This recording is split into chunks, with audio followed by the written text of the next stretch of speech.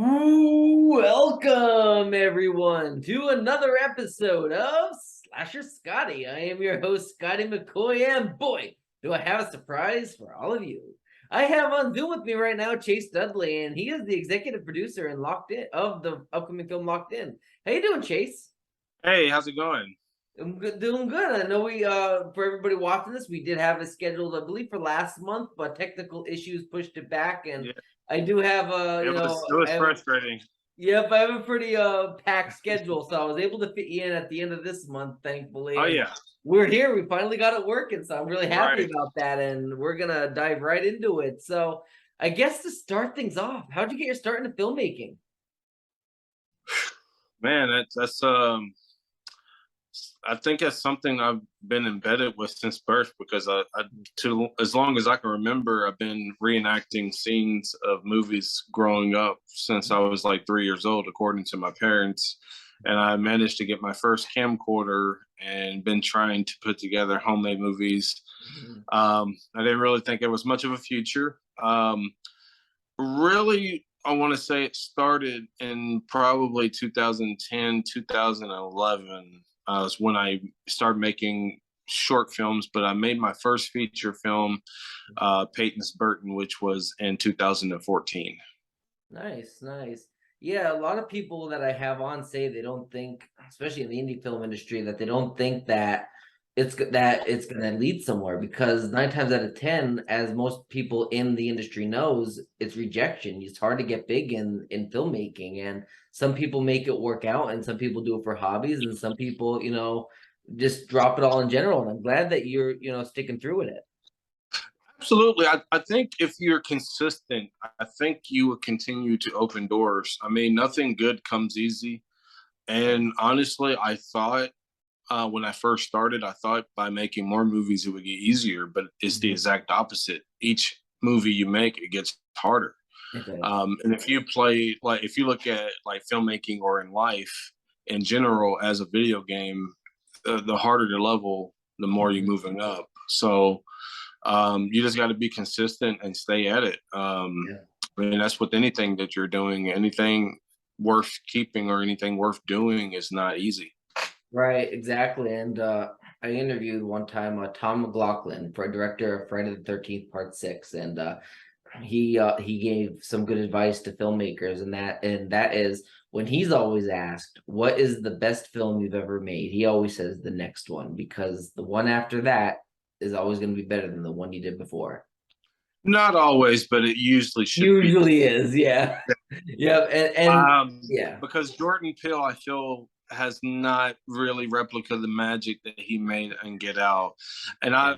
I love I love both of his other films, but Get Out, it was just something magical about that film. Yeah. I did like Nope better than Us, but it still was nowhere near um, the magic of what Get Out was. Now the Yeah. cinematography was really good. Yeah. It was quite a few scenes in that movie I felt that really was amazing, like using those IMAX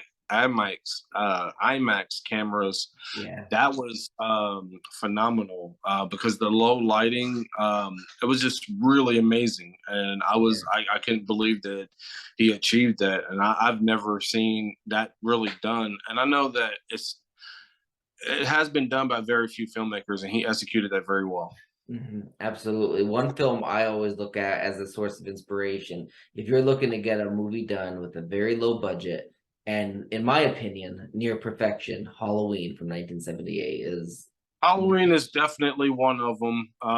yeah, I thought Friday was a really low budget film that was executed yeah, very well. But yeah, I guess if we're considering horror, Saw was made for 1 million. yeah, Paranormal Activity was made for the budget of 15,000. yeah. Even Blair Witch And it Project. made and it Yeah, made over 100 million. yeah. So for people thinking like, well, I'm not in the industry or I can't get big, don't think that way. It only takes one movie. It only takes one movie to become Sorry, my a. son is No, you're annoyed. fine. You're fine. It only takes one movie though to become a success. It only takes one shot.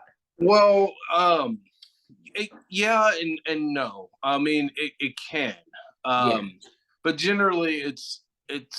I think that's kind of something that I think we conceive, that we think that like people like Brad Pitt just woke up Mhm. as an overnight Right. success. I think one of the most I think the best quote that I can relate to, that I remember having, was, I can't really remember who told me this, but they told me that there's no elevator to success, Right. and I think that that cannot be any more true. Oh yeah. Uh, you know, Yeah. sorry, I'm trying to get back in the groove. My son, I've told him to stay out of their way.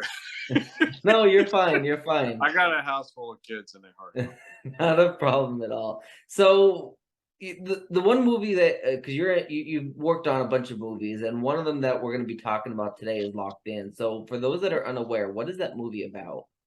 Locked In is well, the main theme to it is about human trafficking, but it's a lot more than just that. It's about two women on opposite ends. Like, you have a woman who's a stripper, and then you have this very like religious Christian lady, and they're like in this room, and they have so many differences, and they literally come together, and they bond, and they realize that those petty differences no longer matter, and they have to come together to try to fight to get out of this area that they're in, because this guy is literally abducting women and selling their content to the dark web.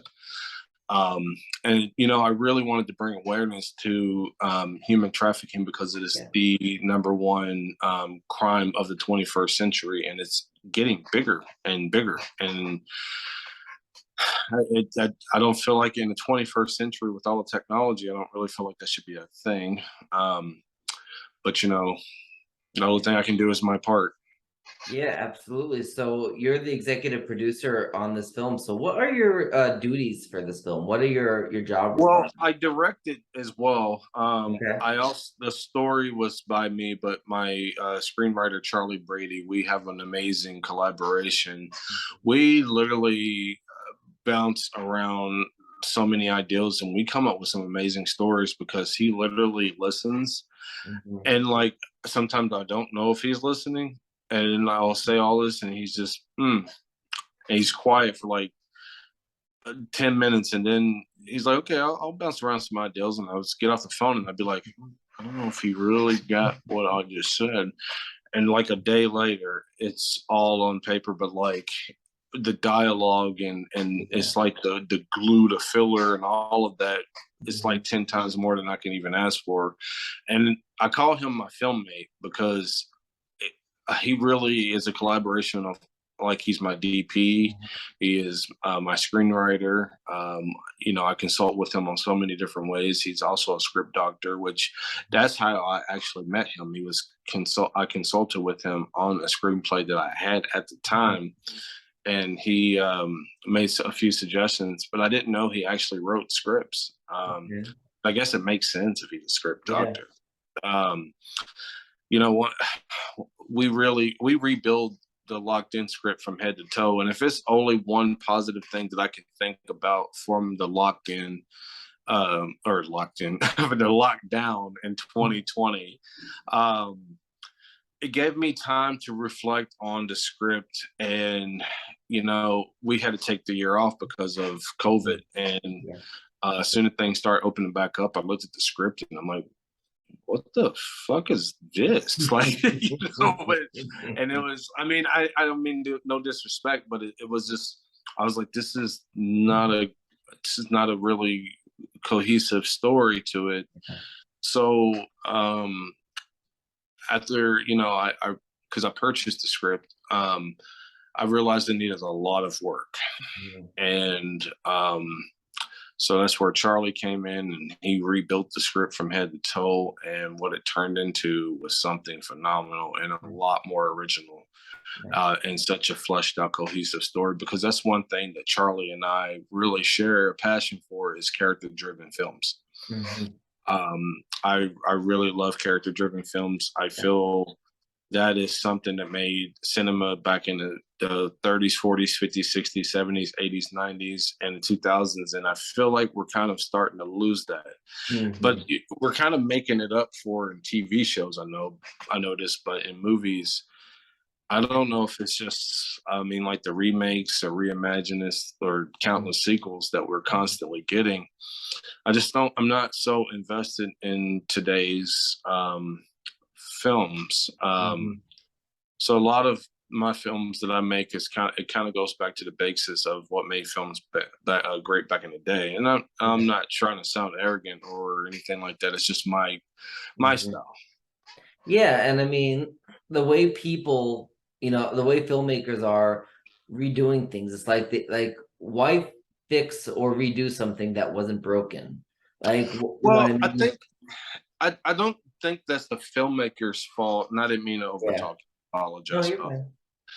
I think the problem with remakes is more of the audience because it is proven time after time that a lot of times the audience won't go to the movies if they don't know or if it's not familiar. And I am so glad to see Jordan Peele breaking down those chains where people are going to see original content, because I think the reason why we're getting so many remakes is because when Halloween got remade and it made over 80 something million at the box office, it's kind of hard not to greenlight another one. And it kind of puts, Nightmare on Elm Street's like, well, we can remake Freddy. And That's the one that comes to mind, that is like, you can't, why redo that? Like, I can't stomach watching the 2010. Nothing against Jackie, but just that Freddy. I think he did a good job. Yeah. I think the problem was the writing. I think he did great for what he had. Right. I really felt that the visuals looked really good. I felt like the characters were really good. I just didn't think the story was strong. Yeah. But like more of a darker Freddy to me was pretty interesting. But Robert Englund has been like embedded in our lives for 20 years. I think people didn't really give Jackie Early. I don't think they gave him the benefit of the doubt. Right. I think a lot of people automatically went into that film like it's not Robert Englund. Yeah. I don't want to. I more didn't like the makeup. I didn't think he looked like a. No, he did not look like a Freddy Krueger. The makeup, again, the makeup was awful. I mean, I hate to say awful. Yeah. I did not like it. I try not to bash other artists because I'm an artist myself, and I try to watch what I say because I know that is so common now where you see so many other artists trash other artists, and I try not to do that. So I need to watch what I say and how I say that. Right. I did not like the makeup. I agree, it was not as great as the original, and and it became to where Robert Englund was Freddy, and you recognized him through that. I think sometimes with a remake or whatnot, I think sometimes we want something different, but when we get it, we don't know what to do with it, and I think. But me personally, if I can have it my way, I would love just to see new content. I mean, there was a time where Michael Myers was amazing. But like, what are we going to keep remaking it over and over and over and over again? I really miss seeing like new movies. Like when I grew up in the 80s, and like some of the movies that I've seen from Poltergeist, so seeing Jaws, Terminator, Alien, The Abyss, so many amazing movies, The Predator, so many amazing movies. And then like you got the 90s where Terminator 2, I mean, that in my opinion is the best sequel of all time. I mean, and looking at the CGI and looking at how it even holds up better than a lot of CGI you're seeing today. And that was like the 1991. And James Cameron is an incredible director. I just miss seeing like movies where they were so original and they were so different. I feel like if a movie warrants a sequel, I'm okay with it. But if a movie is just like it makes like over $1 billion and then they greenlight it because it made over $1 billion. Right. I just feel like that's a disaster. Like Right. I'm really intrigued to see the new Joker movie just for that reason alone, because Yeah. I mean it was never intended to be a sequel. So is the sequel going to be good? I mean, it could be. I mean, if you look at A Quiet Place 2, John Krasinski, he never intended to direct the sequel, let alone write it. So the fact that he did both, I felt that it was a really good movie. It was a great follow up to the first one. I only have one massive complaint about the film. I wonder how the aliens, or whatever they are, I wonder how they survived the crash of the asteroid. Yeah. But besides that, you know, it was a really good movie. Yeah. I mean, And even like now I'm talking about the original, not Rob Zombie's, but Halloween from 1978. I find Halloween 2 being a near perfection sequel of, I love that one. yeah, I was very disappointed they disregarded that one with the Halloween 2018, because I felt that the Halloween 2 was a really good movie. I didn't feel it was a reason to ignore that. Right. I felt that was amazing. I mean, that was probably one of the better sequels in a horror movie. Yeah. I mean, What taking makes place me within wonder, that night, right? What makes me wonder is like in 2018's, okay, so they are brother and sister. So why does he have this 40-year obsession of this random girl that got away then? The brother sister at least tied in why he's still obsessed 40 years later. Yeah. Like I do agree with that. I mean, it does not make any sense. yeah, like if I'm a psycho killer and I'm gonna go after a random person and they get away, 40 years later, if I have a way to get out, I'm gonna have a new obsession of some other random babysitter. You know what I mean? Not the same. Well, but if you really think about it, though, in the Halloween 2018, though, he wasn't really specifically going after her. When he Yeah. got out, he was just really going house to house to Oh, that's house. true. Good point. The Yeah. doctor kind of led him to her house, so it was kind of the doctor's interference. But what I didn't get, though, what I was more confused about is that they ignored all of the ones, but then they paid homage, basically stealing scenes for each sequel to put into a movie, which is like, what was the point? Right. It's like you took away something just to add back what you took away. And people are gonna go into it thinking, okay, well, you took that away, but now you're making me remember the ones you took away while I'm watching this movie. I feel that all of them were executed but one. The doctor kind of being obsessed or whatever, I felt didn't really work. But I did like when he went into the bathroom and he killed those two reporters. That was brutal. Yeah. I'm still kind of confused how in Halloween Kills, how I guess he was the sheriff, how he survived. Because, I mean, yeah, he was stabbed in the neck. Maybe he could survive that, but then he was ran over. Like, like I still don't know how he survived that, but we'll give it to them. I mean, like 60-something years old at that. Yeah, yeah. So the movie Locked In, is this movie currently being filmed? Is it in pre or post, or is it in production? This is in post production. We are almost at the finish line at post production. There's some things that we're tweaking. I was supposed to have a second trailer released this week, but I postponed it because it's so hard not to reveal too much footage. I don't want to be one of those filmmakers that show my whole entire movie with the trailer. So I'm kind of really thinking about what because everything I've seen, I'm like, I don't want to show that. That's that needs to be into the movie. Yeah. Trailers are trailers are hard because it's you're showcasing your film, and then with this film, there's so many things that I don't want to show to the audience until they watch the movie. I mean, because this is a very intense movie. I mean, it's a very graphic film. I only did it because I didn't want to touch into a heavy subject like human trafficking and not really go there. Right. So you kind of really have to go there of what goes on in human trafficking, because I think if people get a general idea of what is going on, I think people will care more. A lot of times people hear about it, but we're kind of on to the next thing, because it's constant chaos in the world. You got human trafficking, you got all kinds of issues that are going on in the world that people are kind of left and right fighting left and right. It's kind of like, I mean, it's what pick your battle, which one you want to fight, because it's so much going on in the world.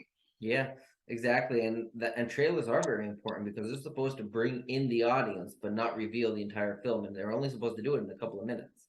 So it's like, Well, yeah, well, see, the first trailer, I felt we really kind of did that, and it's like, how do we top that first trailer? yeah, And, so far we have not been able to do that, and that's where I'm kind of like, I'm not releasing a trailer unless it's better than the first one, because yeah. I really care what people think when they watch the trailer, because that is the pivotal marketing part of the movie. Yeah. And So like, yeah, with like for example, Halloween Kills, that trailer ruined for me 3 deaths. I knew right away we were losing the doctor, the nurse, the couple, and we were losing Marion Chambers right then and there from the masks of hanging in the park. well, then don't forget the firefighters. And the firefighters, yes. I mean, but to be fair to that, although they did really ruin some of those kills, I mean, he killed a lot of people in that movie. He He killed like did. what, 40 something people? At least, yeah. Yeah. That was like insane. I mean, I think the best death scene in Halloween Kills, which to me I liked it. I even liked it better I than did Halloween like the movie, yeah. 2018. I I did liked too. it better than Halloween 2018. And I felt it was a really good follow up to some of the missing pieces from the first one, which was really interesting, and how they kind of went back and looked like they shot in the 70s. Yeah. I really felt like people did not really, I don't think they appreciated it. I mean, to me, as a Michael Myers fan, what more do you want to see Michael Myers kill? Like, he killed people like every 2 minutes. What is not to like about it? I mean, and especially that scene where he's just stabbing that guy and going in the drawer, getting another knife, stabbing him again, and stabbing him. I'm like, that is insane. See, and that's I love Michael Myers. I don't want him to be. I guess homicidal maniac isn't the right word because we go there to see him kill people, but I don't want to see this like really like monstrous, outrageous monster kind of type of guy, where he was in Rob Zombie's Halloween. I think James Jude Courtney is doing an I amazing think job. Rob Zombie executed the very first one. I thought he did pretty good. Yeah, I'm not a fan of his dialogue in movies because everyone sounds the same. But when I tell you what Rob Zombie did do, I think that was very effective, that I don't think any other Halloween has ever done. I felt that taking a normal boy and kind of really making him each day go more silent to the point where he's not talking at all. I felt that Rob Zombie executed that really, really good, and I don't think that people gave him enough credit with that. But what he really wanted to do with the movie, the studio wouldn't let him do anyway. So, I mean, he wanted to shoot the whole entire movie as kind of a prequel, where Michael Myers was a kid, the whole entire movie. I felt that would have worked.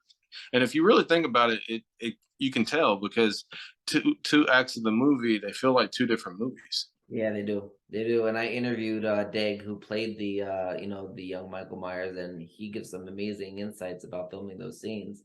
And I mean, it gave me so much more appreciation to those. I think the second Rob Zombie Halloween, which Rob didn't want to do to begin with, but the second Rob Zombie Halloween that he did, I think Michael was too grotesque for what we're used to. That was just a really all around strange movie. Yeah. I was so lost with the pony, and I was so like confused, and my main problem with Rob Zombie, I love his music, but with his movies, every character says the F word, like every other word. Yeah. And I hate to like say something I don't like about another artist. I don't think he's an amazing storyteller as much as he is with his music. His music is something different. I love his music. I love his music too. But I mean, as far as movies, I'm just not really a fan. I mean, like almost all of his movies, he has like very unnecessary, vulgar rape, and if it's a reason for it in a story, and it's a point to it, I can follow that, opposed to just randomly out of Mm. nowhere, oh, there's a rape scene, and you're like, where is it from? And it's like every movie he does it some way, shape, or Yeah. form, and it's like, was that really necessary? Like, where did that come from? Like, I don't Right. know. So you as a filmmaker, if somebody is like, I guess, struggling with storytelling or struggling with filmmaking, and like they're just like, say it's their first movie, what advice would you give them? There's a limited amount of content on YouTube Hmm. where there's knowledgeable filmmakers like D4 Darius, Ryan Connolly, Film Riot, Film IQ, Studio Binder. There's so much content on there to um, really talk to filmmakers who are very knowledgeable and are making a living and very successful, tell you how Hmm. to not only structure a story, how to shoot. How to shoot with very limited crew. Filmmaking. We are in a time where information is there. You have to just do the homework. You have to be hungry. You cannot be lazy. Yeah. There's no excuse to be lazy. Information is everywhere. So Yeah. when I'm on my phone, instead of watching like entertainment, when I'm on my phone, I'm like watching. I watch classes every day. I go to master class. I watch all kinds of stuff on there. Yeah. It's just. So it's more like, if you want to be as successful as bad as you want to breathe, Yeah. you'll be successful. Yeah, absolutely. And I mean, if you make a movie, and I mean, a viewer can tell if you half-assed a movie. Like they'll be able to tell if the movie you made and put out there wasn't your all. I mean, or it was an experience. You could tell. Well, it's also not. That is true, but Yeah. you also have to really, and this is something that was not an overnight thing for us. It Mhm. took time, a lot of trial. You really have to find people who are just as motivated and hardworking as you. Oh I yeah. mean, like you got to really talk to people and what their motivation is and why Mhm. they are coming a part of your project. Is it just another notch on the belt? Because that's not the kind of person you want on your film. I'm really selective of who I hire actor and actresses wise. If that's just somebody where they're almost on every other project, Mhm. I probably will pass, because I really like actors and actresses like Amber Dawn Fox. I love working with her. Not only is she a terrific actress, but she promotes her content. She Yeah. shares. She understands that she's not just promoting a movie; she's promoting her brand. Yeah. And you know, you get with people in a movie and they don't promote what they do and stuff like that. If I'm taking a risk and paying you for a service, and you're not Mhm. promoting, and kind of you don't care about your brand, then I don't need you on my project. Agreed. uh, and that's just not actors. It's Mhm. everybody. Yeah. If you really want to be successful, you got to show people what you're passionate about. Because if Mhm. you're just never showing what you're doing on set, and you're never really putting yourself out there, where you're like, here's my movie, here, watch it. I talk about what I do every day to somebody. I don't care if I get on their nerves, because that is who I am. Yeah. It's that's my passion. And if somebody's my friend or my relative and they care about me, then they would know that that is a big part of me. And you know um Yeah.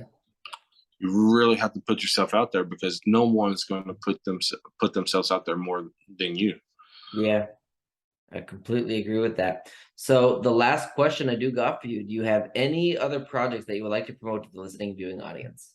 Yes, I am working on my film, A Good Girl's Guide to Murder. And right now, what we're doing is I'm looking over the sponsorship packet, and I'm making sure that everything in here is top notch, and just kind of going back and making sure if it's not something we can do better, Right now, we are in the pre-production phase. We're going to be start shooting in January, and we're trying to raise additional funds for the film so we can, have a longer shoot date. Right now, we are scheduled for 8-day shoot.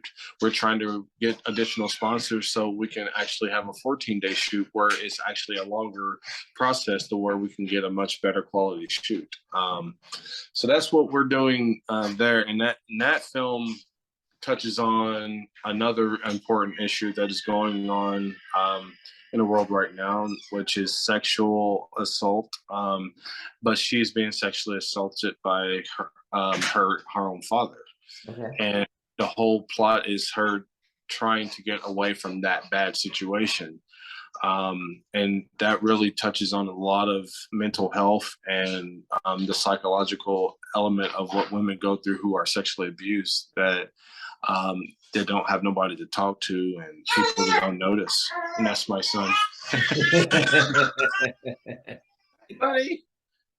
Like I said, I have a house full of kids, but no, it's a busy house. So the fact that we had mostly quiet in here, minus my son in the background, it was, most people have kids. It's what it Yeah. is. Hey, I had so many guests bring their kids. They had their kids show up. They had their animals show up. Somebody Oh, good, good. maybe their cat popped up. And they It's were I don't even say sorry anymore. I'm like, that's my family, yeah.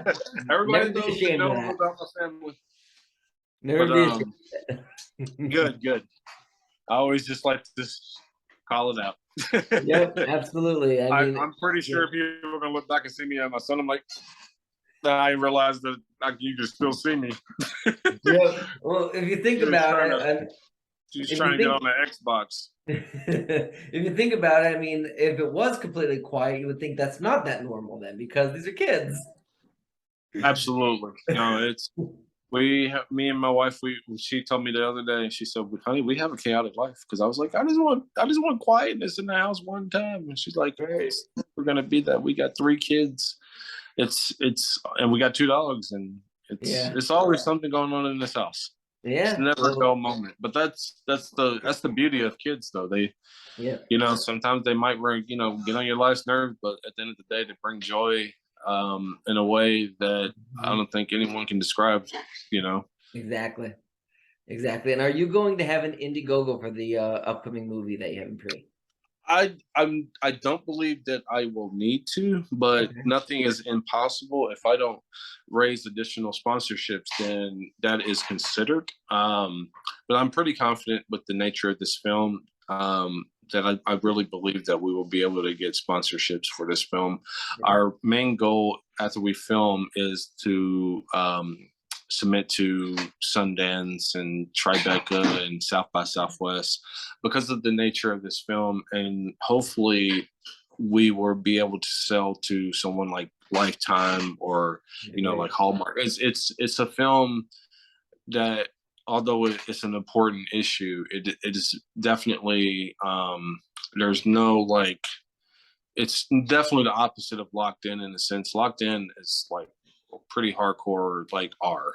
This is more of like a PG-13. Okay, so this is up a Lifetime or a Hallmark time. Yes, absolutely. Awesome, that's exciting. Well, everybody keep a lookout for this movie that's going to be coming out. Check out Chase's IMDb page. I'm sure it'll be updated on there, with everything that, with its entire production, when it's in post, when it's filming, when it's released and all that stuff. Keep updated on that. Do you have any social media, anything at all that you want to promote before we wrap it up? Hit the like button on my director's page, a Cut to the Chase Productions page, and keep up with the Good Girls Guide to Murders Facebook page, along with the Locked In page. And you can go to www.lockedin.com. And be sure to check out my film Payday, which is on Tubi, Google Play, iTunes, so all kinds of places. Just Google my name, Chase Dudley, and all of my movies will pop up. It's so many platforms, and the crazy thing, the movie almost been out for 6 years, and it's still getting on new platforms. We just looked on Universal Studios.com, and our movies on DVD there, and I'm like, I had to email our distribution company like, line, you do know that Universal is, I don't know. I gotta contact my attorney. Absolutely. Well, thank you, Chase, for joining me this evening. I really appreciate you having me on. Absolutely. I had a blast. Yeah, thank you so much. And it was amazing having my kids cameo in the background. Absolutely. It was great to have you on. I'm glad that we got to make this happen. Everybody check out, everything that Chase is doing. His IMDb will be updated with all projects that he's got going on. I thank you, Chase. You have a great rest of your night. You too. All right, bye.